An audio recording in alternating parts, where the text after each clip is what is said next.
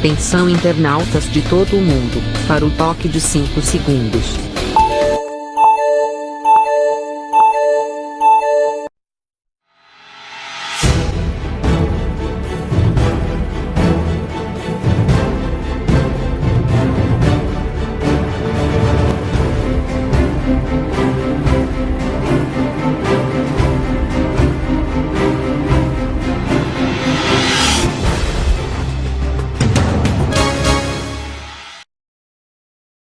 Pois é, começando aqui mais um programa Sérgio Cruz, na viamorena.com. Foi uma semana extremamente tensa, né, essa semana que passou.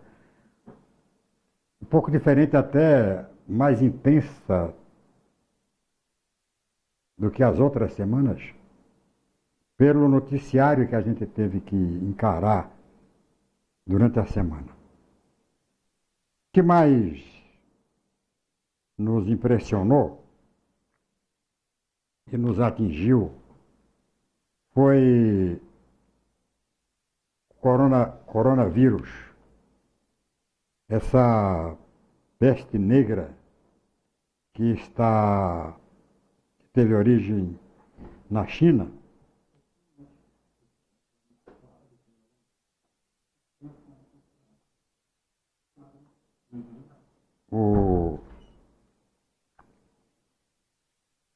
E que ameaça, né, toda a humanidade.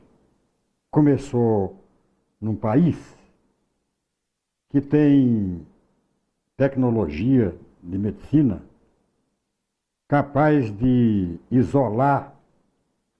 Me parece que houve uma certa negligência, uma intensidade maior da epidemia, que os chineses não conseguiram isolar o coronavírus lá na China.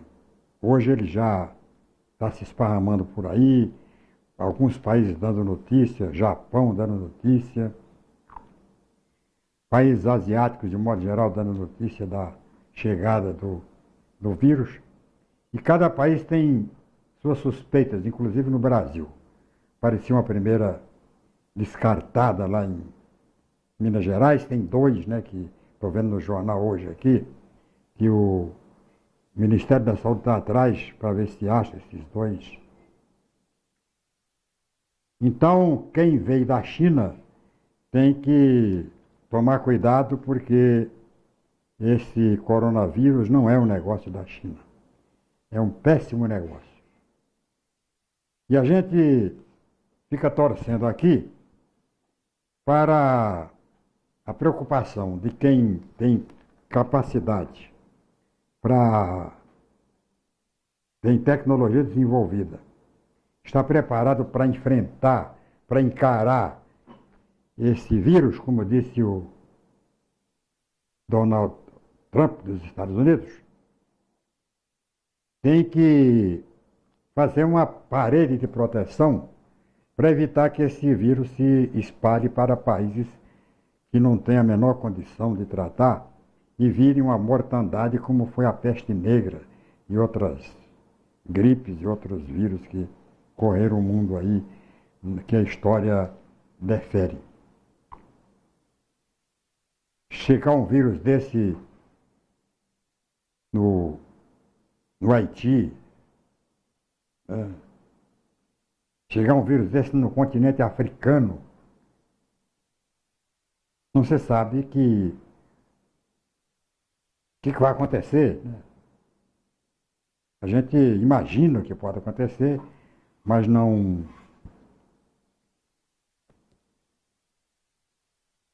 tem a menor capacidade para dimensionar o tamanho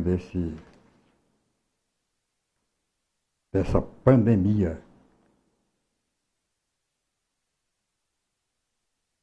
Estou aqui com a revista Veja dessa semana, traz na capa aquele abraço do presidente Jair Bolsonaro em sua futura secretária de Cultura, a Regina Duarte. É preciso ter muito patriotismo, muito civismo para abandonar um emprego de 60 mil reais por mês sem fazer nada e 120 quando está fazendo,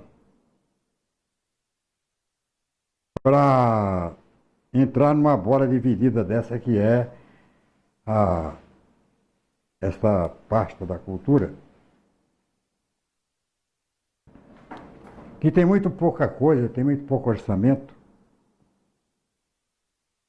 e que, na verdade, quem cuida da cultura é o Ministério das Cidades, o Ministério da Ação Social lá, que tem o Fundo de Cultura.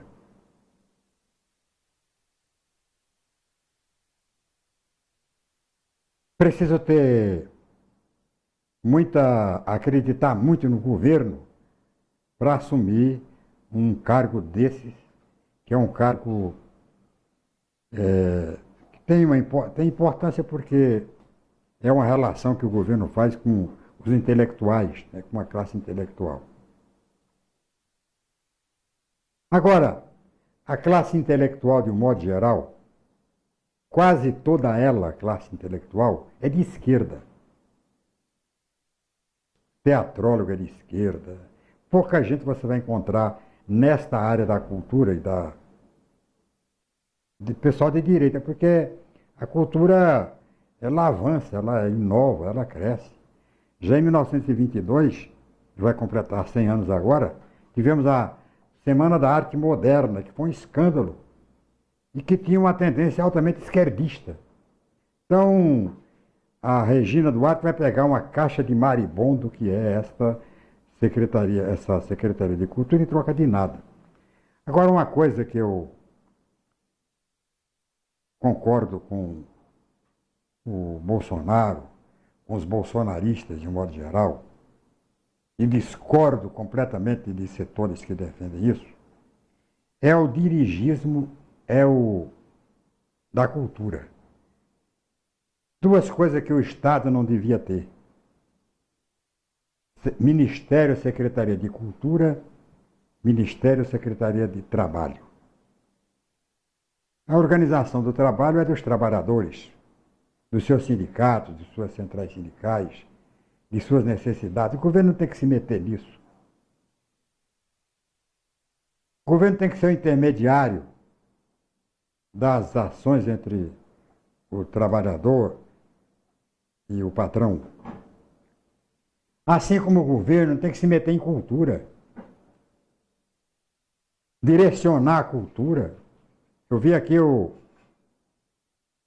a justificativa do prêmio do escritor do ano, coisa que o Roberto Alvim inventou lá, onde ele ingessa a cultura de uma certa forma, que a cultura, os agentes culturais não vão aceitar. Será um prêmio que vai ser dado a pintor de paisagem. A cultura, ela é moderna, ela tem que se modernizar, ela tem que avançar, evoluir. E não vai evoluir nunca, avançar nunca, se ficar na mão de um governo conservador ou de um governo progressista, de esquerda tal, que queira manipular, aparelhar. Aí não funciona. Está aqui na capa da revista a novela da cultura. Convidada pelo presidente, Regina Duarte terá um roteiro espinhoso pela frente. Reorganizar a pasta, encarar a oposição de bolsonaristas radicais e justificar a irregularidade no uso de verba da Lei Rouanet em uma das peças de suas peças. Ela entrou na Lei Rouanet e não prestou contas, mais ou menos isso. Traz a revista Veja dessa semana uma entrevista nas páginas amarelas do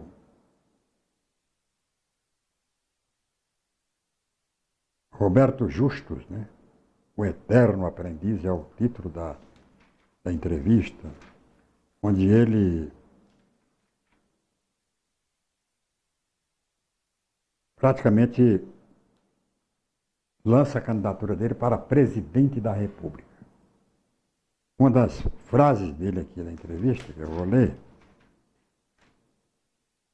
uma embalagem bonita acaba com o tempo. São expressões dele. Mesmo com sua independência, minha mulher precisa da força masculina. O embrulho, o ombrinho do homem dá uma proteçãozinha.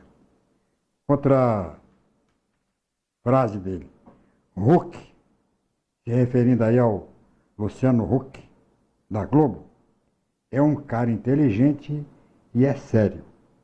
Agora, se tem condição de tocar um país, não sei. Não acho que seja perfil ideal. Quanto a mim, sou um pouco diferente porque tenho experiência de gestão. Foi aí nessa frase aí que o pessoal captou o interesse dele em vir a ser candidato a presidente da República. É muita areia para o caminhãozinho dele. E muita areia também para o caminhão do Huck. Esta eleição de 2022 será a reeleição do Bolsonaro. É o único político que se organizou. Aproveitou a mediocridade dos outros para se organizar politicamente. Foi, durante todo este ano que passou, o único protagonista da política brasileira. Ninguém fala em outra coisa a não ser no Bolsonaro. Falando bem, falando mal, criticando, elogiando, defendendo, atacando. Ele foi o principal protagonista, talvez o único. Talvez o único, não vejo nenhum outro. E o próprio Lula, né, que estava bem melhor na cadeia do que fora da cadeia, melhor do ponto de vista de articulação política, né? E até de repercussão da ação Lula, o homem Lula. Saiu da cadeia, começou até a cair na pesquisa. Ninguém deu bola, quer dizer, agora criou na oposição uma confusão entre frente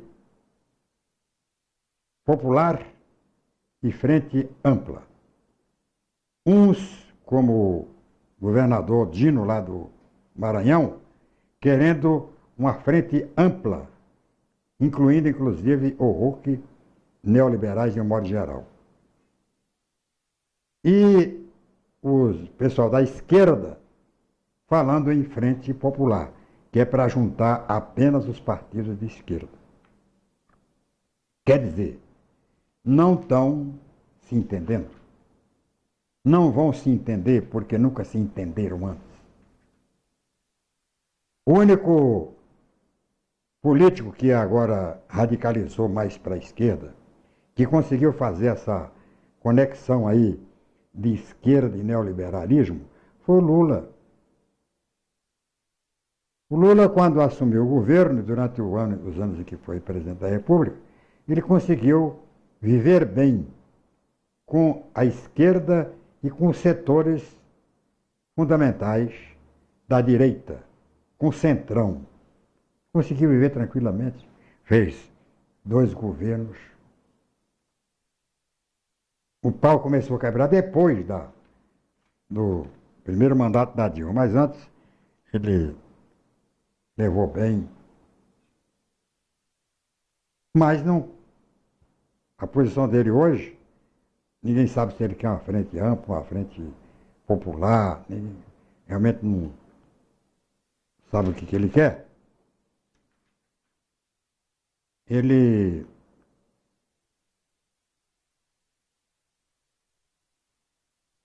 pode entregar, e é bom pro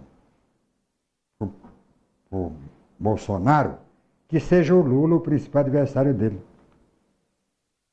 Isso é a melhor coisa para ele. Por quê? Porque o Bolsonaro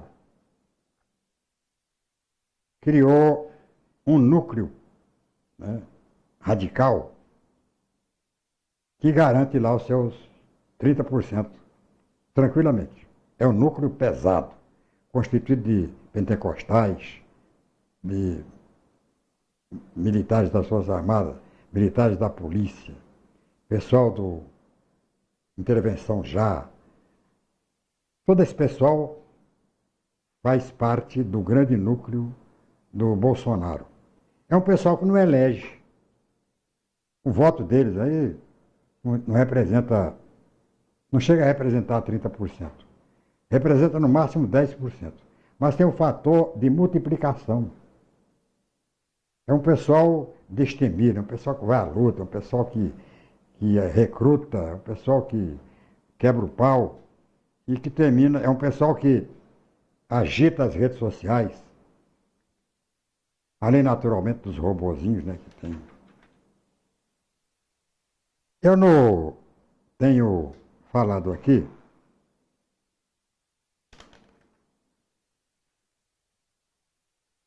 neste programa e minhas postagens na rede social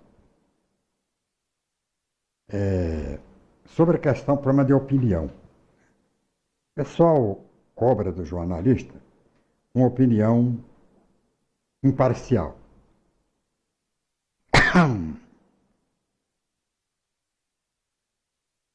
Não existe opinião imparcial. Existe opinião independente, né? Como é que você pode ter uma opinião imparcial? Nem Jesus Cristo conseguiu fazer o discurso da imparcialidade. Porque há quem contesta o discurso do Sermão da Montanha, há sempre quem é contra e quem é a favor. O que você não dá para contestar é a matemática. 2 mais 2 são 4 e não tem discussão. Agora o resto você discute. Quer ver, não, o jornalismo brasileiro é um jornalismo muito parcial. O jornalismo, de modo geral, não. Você pega a notícia da morte do líder, do ídolo do basquete americano, não tem como você ser parcial. Ele morreu às tantas horas no desastre de avião e tal. Você contesta isso? Aforante a morte, o acontecimento registrado, né, tá lá, aconteceu. Eu publiquei no dia 25, uma efeméride no meu blog de história sobre o Jânio Quadros, presidente Jânio Quadros. Usei na postagem o único documento até hoje que mostra duas coisas do Jânio que todo mundo discute. Primeiro, o sobrenome. Jânio da Silva Quadros. O nome é Jânio Quadros. O da Silva ficou por conta da mãe dele, que era da Silva, Guiomar da Silva, não me lembro o nome. Não tinha esse sobrenome. E você não vai encontrar em nenhum documento oficial o da Silva Quadros. E procurei no Congresso Nacional, que foi deputado federal, procurei na Presidência da República, procurei na Prefeitura de São Paulo, no governo de São Paulo, nos livros que o Jânio escreveu.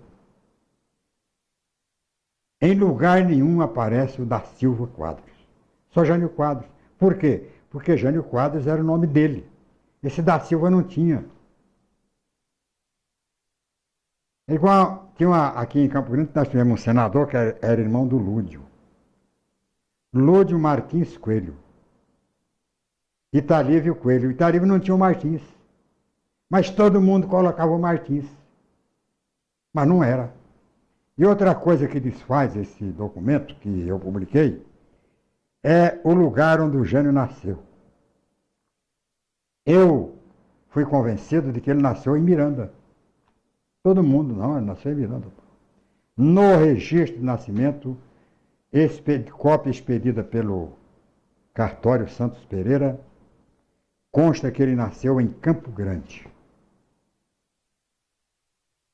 Nasceu aqui em Campo Grande.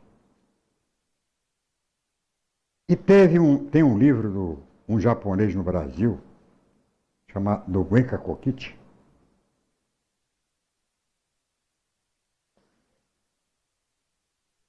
Genka Kokichi foi farmacêutico, trabalhou na farmácia do Vespasiano Barbosa Martins. E o gerente da farmácia era exatamente o pai do Jânio. Eu estou falando isso porque você tem que mostrar. Pode sair por aí dizendo que tem como, mostra. Agora a opinião é diferente. Eu conheço gente que tem opinião que diverge, e como tem, né? Opinião que diverge da minha opinião. Contra a minha opinião, acha que não. Que eu estou errado. Por exemplo, a terra plana e a terra redonda. Terra oval.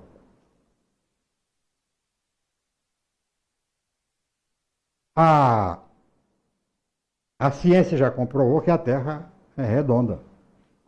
Mas tem gente que defende a terra plana. Inclusive o guru do presidente Bolsonaro, Olavo de Carvalho, é um dos que defende a terra plana. Aí você, para comprovar que a Terra não é plana, você vai numa nave espacial e fotografa a Terra, ela é redonda. Mas o cara acha que é plana. É uma opinião. Opinião dele. Ele publica isso aí. Assim como publica que a Mega Sena é fraudada. E isso aí não é opinião, é coisa que comprovadamente as pessoas podem constatar a lisura da loteria da Mega, até porque está lá, é fiscalizado, né? Os caras estão lá. Até porque se houvesse marmelada, o Ministério Público ia em cima. Mas tem gente que não acredita. Agora imagine você acreditar numa avaliação do quadro político. Cara, acredita se a minha opinião for igual a dele. Se minha opinião for contra a dele, ele é contra, ele não aceita. Ele vai justificar por A mais B que ele está certo. E quando ele não consegue justificar, ele parte para tentar desqualificar o autor da crítica. E eu vejo isso aqui no Facebook. Eu publico matéria no Facebook e normalmente eu dou um link, faço um comentário de uma frase e dou um link pro pessoal linkar e ir atrás.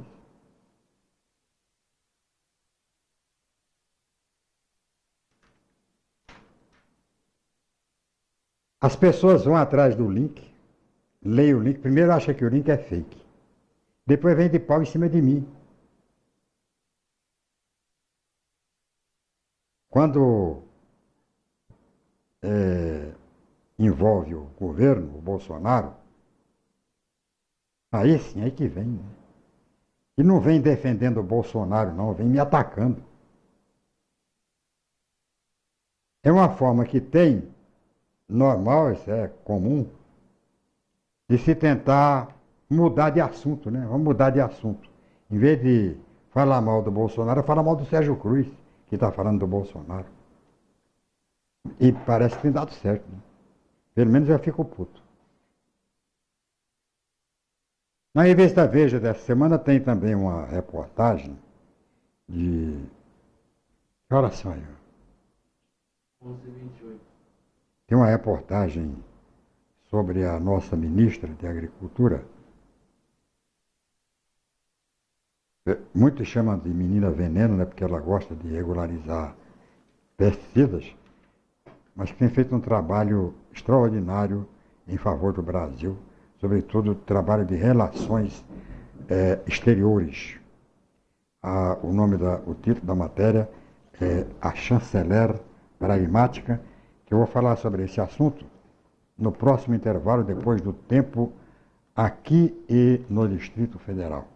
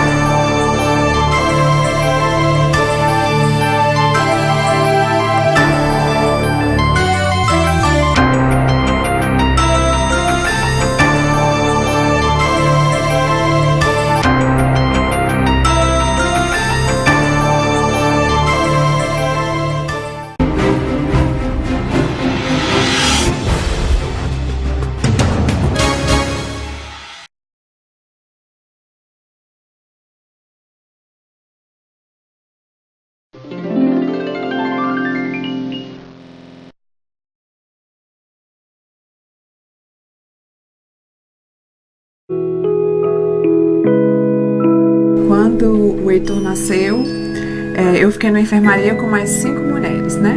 E todos bebês prematuros, que por algum motivo estavam lá mais tempo. E aí eu via que as mães já não conseguiam tirar tanto leite, eles não podiam mamar, então não tinha aquela produção, né? Porque é importante a sucção do bebê para a produção do leite. Aí eu me coloquei no lugar daquelas mães, porque se fosse eu, se meu filho precisasse, eu ia querer muito que alguém se disponibilizasse a doar.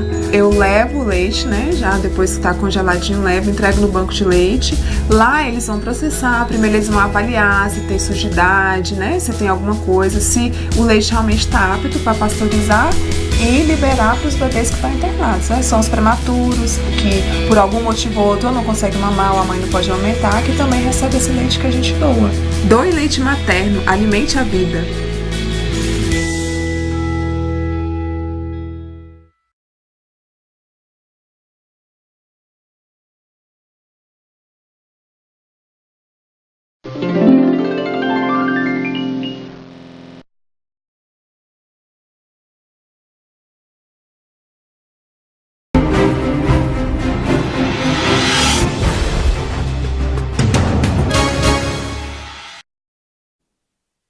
Pois é, eu falei aqui no finalzinho do primeiro tempo da reportagem que a Veja traz essa semana com a Tereza Cristina, nossa ministra da Agricultura. Aliás, neste governo do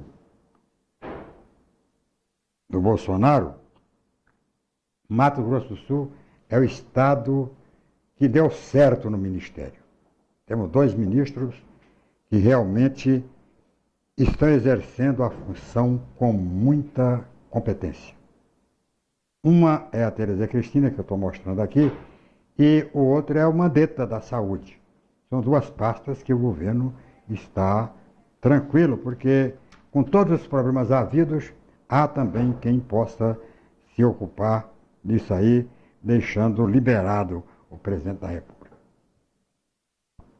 Outra matéria da Veja fala da epidemia de coronavírus na Índia, na China.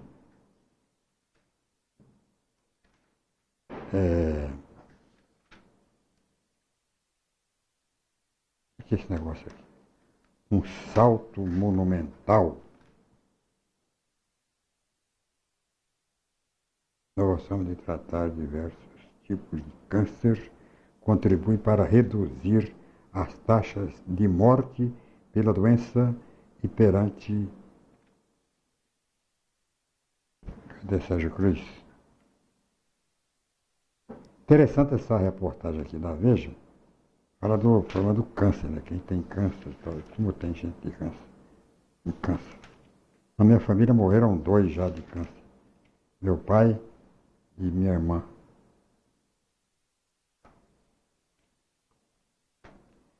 Mas voltando aqui para o território, o governo de Mato Grosso do Sul Reinaldo Zambuja, vai lançar em março agora, no mês de março, 6 de março, pacote de várias obras e infraestrutura orçado em mais de 3 bilhões de reais. Dinheiro do Tesouro, né? E dinheiro do Fundersul, abençoado Fundersul, onde o produtor rural paga pelas estradas e se dá o luxo até de pagar para pavimentar cidades, ruas em cidades. Esse programa de 3 bilhões de reais do governador Reinaldo Zambuja atende praticamente a todas as cidades do interior, independentemente do partido do prefeito. E para Campo Grande, tem o prefeito Marquinhos Estrade, já foi comunicado, já aceitou, tal, conversou com o governador, que neste pacote serão incluídos o recapeamento de quase toda a extensão da Avenida Mato Grosso, no trecho entre a Avenida Calógeras e a Rua Ceará, porque da Ceará para lá já foi recapeado. Além disso, o Estado vai ajudar a Prefeitura da capital a abrir uma nova fronteira urbana, a segunda ligação entre o conjunto Moreninhas com o centro de Campo Grande, que passará pelos bairros Itamaracá e Rita Vieira. Aliás, esse é um projeto antigo, já vem de administrações anteriores, aquela história da cabeça de cavalo enterrada.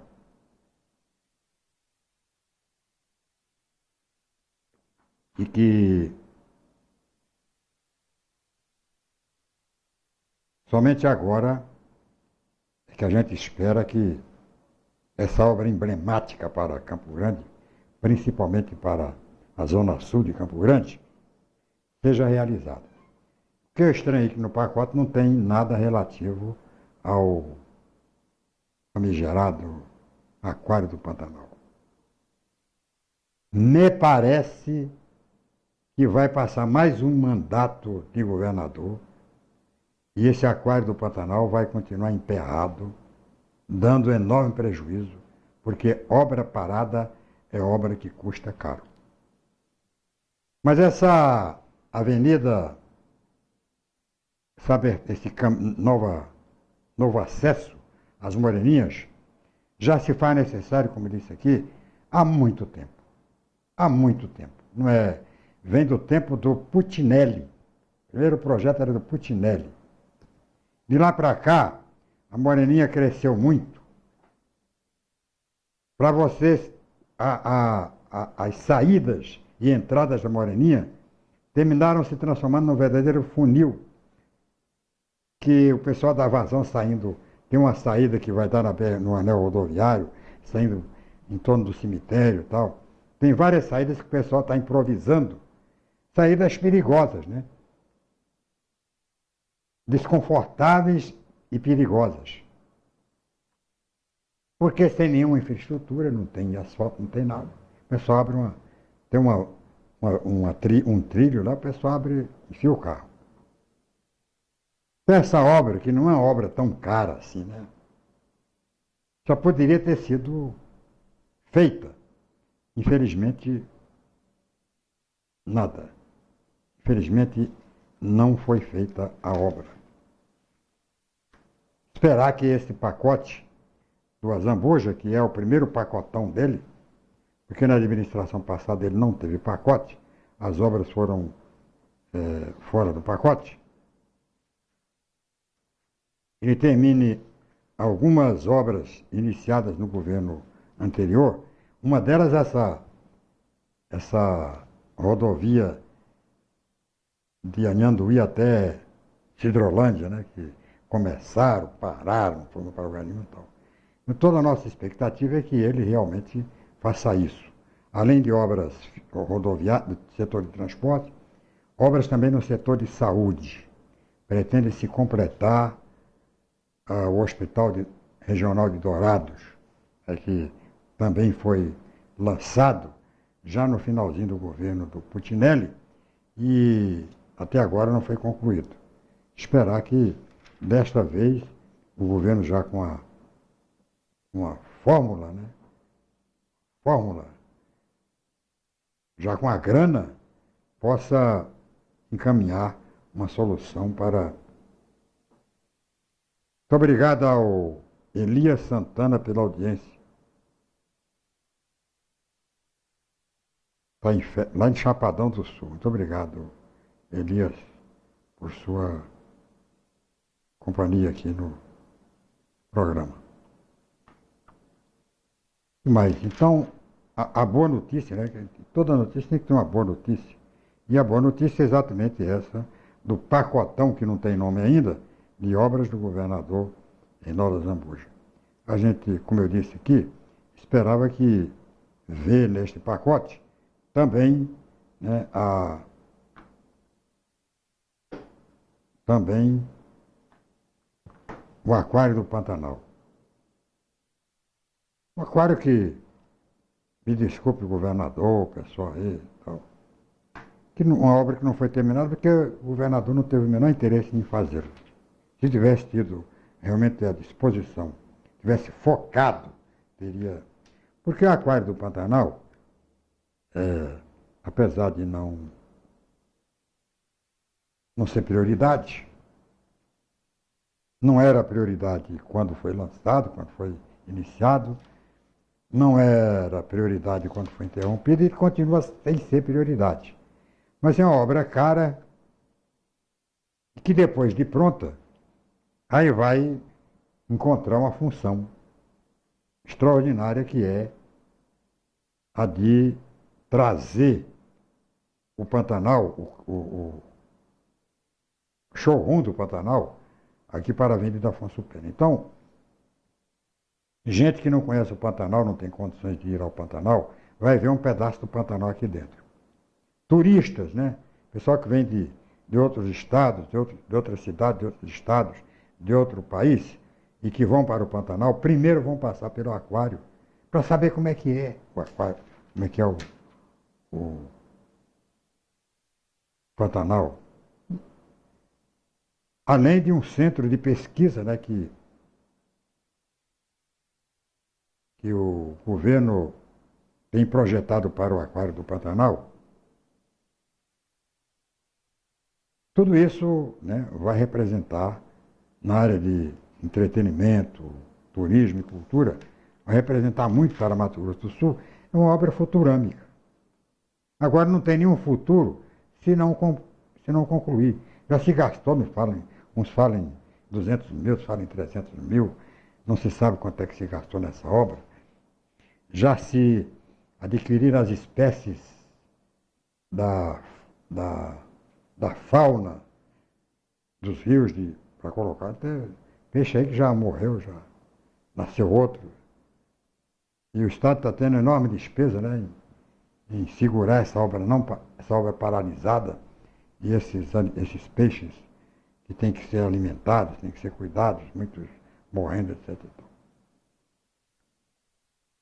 Obrigado ao Ederson Barros, assistindo o programa. Muito obrigado pela audiência. Pronto? Mais nada? Vambora? Pois é, amanhã a gente volta com mais um programa Sérgio Cruz. Muito obrigado por sua audiência, por sua preferência. E até lá. Tchau, Pica-Pau.